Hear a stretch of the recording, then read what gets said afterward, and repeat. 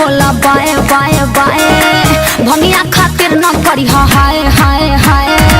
जाता नी नैहर भोला बाए बाए बाए भंगिया खातिर न करी हाय हाय हाय रहे के पड़ी तोहरा अब भंगिया बिन रहे के पड़ी तोहरा अब भंगिया बिन गौरा देव घर में का देव घर में गौरा देव घर में ले बैजा के 2 कट्ठा जमीन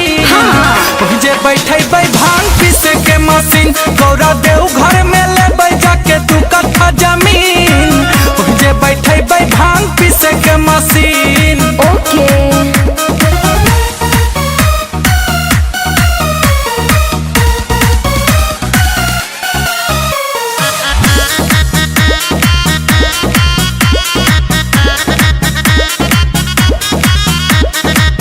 भांग पीसे के पड़ी हमारा दिन रात जी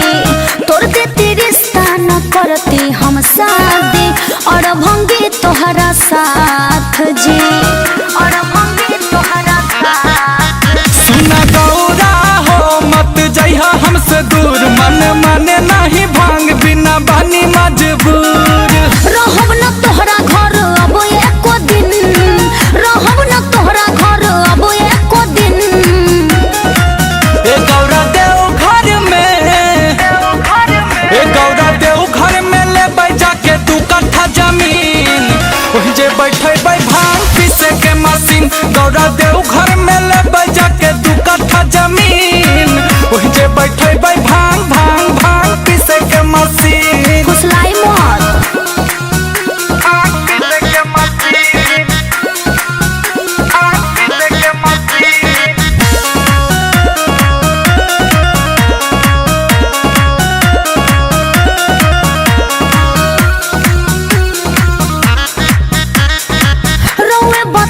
गाजा भंगिया में कौन मिलेला सवाद जी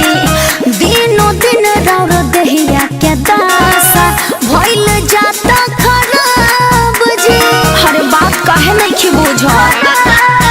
हमर गौरा हो मन करा ना उदास हमरा खातिर गांजा भांग धतूरा बे बखास गुंजन मन मारू भक्ति में बली गुंजन मन मारू भक्ति में बली हे गौरा देव घर में बोली ना स्वामी जी हे गौरा देव घर में ले बौ जमीन जे बैठे भांग पीसे के मशीन स्वामी जी देव घर में ले बैजा के 2 कट्ठा जमीन